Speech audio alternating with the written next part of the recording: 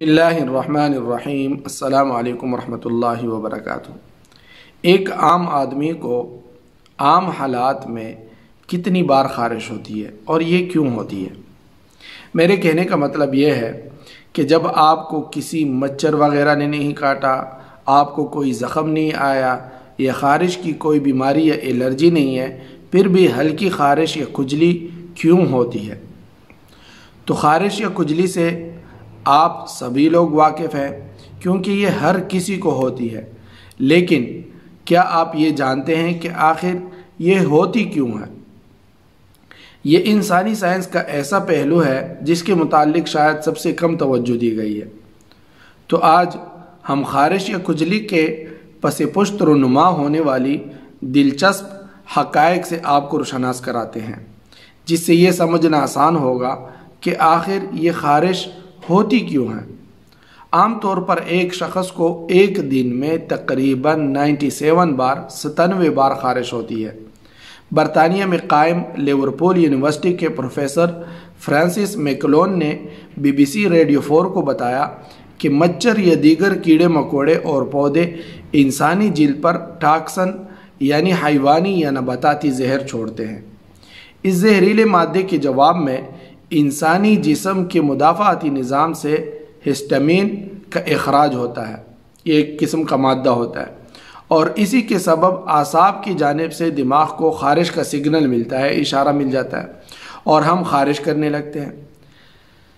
لیکن خارش کے لیے اور بھی مختلف عضلات اور نسیج ذمہ دار ہوتے ہیں۔ سن 1997 میں خارش کے متعلق اور اس کے سائنس کی سمت میں ایک بڑی پیش رفت ہوئی۔ اس سے پہلے یہ خیال کیا جاتا تھا جس طرح چوٹ لگنے سے درد ہوتا ہے اسی طرز پر خارش بھی ہوتی ہے اور ان کا پیٹرن ایک ہی ہے، لیکن سن 1997 میں یہ پتہ چلا کہ خارش کے معاملے میں مختلف اعصاب اور ٹیشوز کام کرتے ہیں۔ Centre of the study of age کے سائنسدان برائن نے ایک انوکھی تحقیق کی جس سے یہ بات سامنے آئی کہ خارش کسی وبائی بیماری جیسی چیز ہے، یعنی اگر آپ کے سامنے بیٹھا شخص خارش کرتا ہے تو آپ بھی خارش کرنے لگ جاتے ہیں۔ اس قسم کی خارش کے لیے دماغ کا سپر ایگزیمیٹک نیوکلیس حصہ ذمہ دار ہوتا ہے، اور جب ہم خارش کرتے ہیں تو ہمیں راحت کیوں مل جاتی ہے؟ خارش کرنے کے بعد ہمیں تسکین ہوتی ہے۔ اس راحت کے احساس کے لیے ہمارے دماغ سے سیروٹونن نامی کیمیائی مادے کا اخراج ہوتا ہے۔ سب سے زیادہ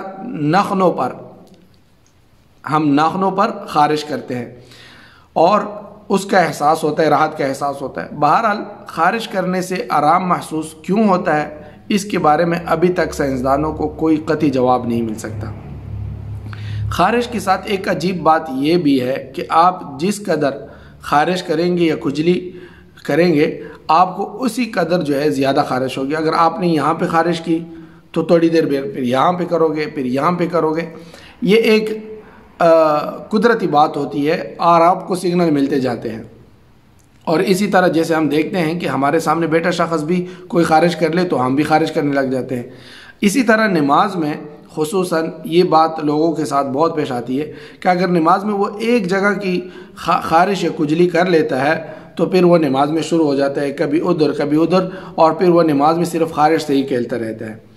تو اگر اس کو تھوڑا سا اگنور کر دیا جائے، جو معمولی سی خارش ہوتی ہے، تو پھر آپ کو نہ کجھلانے کی نہ خارش کرنے کی ضرورت ہوتی ہے، اور اسی طرح آپ اس چکر سے نکل جاتے ہیں کہ اب مجھے یہاں پہ خارش ہو رہی ہے، اب مجھے یہاں پہ خارش ہو رہی ہے، اب مجھے یہاں پہ خارش ہو رہی ہے، تو اس چکر سے آپ نکل جاتے ہیں۔ لیکن جب آپ نے ایک مرتبہ کجھلی کی تو پھر آپ کو دوسری جگہ پہ بھی خارش اور کجھلی کرنا پڑے گا۔ ہاں، ایک بات الگ ہے کہ آپ کو کوئی مچھر، کوئی کیڑا وغیرہ کوئی کچھ کاٹ لے، آپ کو الرجی ہے، وہ الگ بات ہے۔ یہ بات ہماری ان باتوں کے بالکل علاوہ ہے۔ یہ قدرتی طور پر انسان کو خارش ہوتی ہے، اور جیسے کہ کہا گیا کہ ایک انسان عام آدمی تقریباً 97 بار وہ دن میں خارش کر رہا ہوتا ہے۔ تو امید ہے کہ آپ کو یہ ویڈیو اچھی لگی ہوگی۔ یہ ایک عجیب سی اور انوکھی سی معلومات تھی۔ ملتے ہیں انشاءاللہ پھر کسی ایک اور ویڈیو میں، تب تک کے لیے اجازت۔ السلام علیکم ورحمۃ اللہ وبرکاتہ۔ دوستو، صادق ٹی وی کو سبسکرائب کرنا مت بھولیے، ویڈیو کو لائک کریں، شیئر کریں اور کمنٹ سیکشن میں اپنے رائے کا اظہار ضرور کریں۔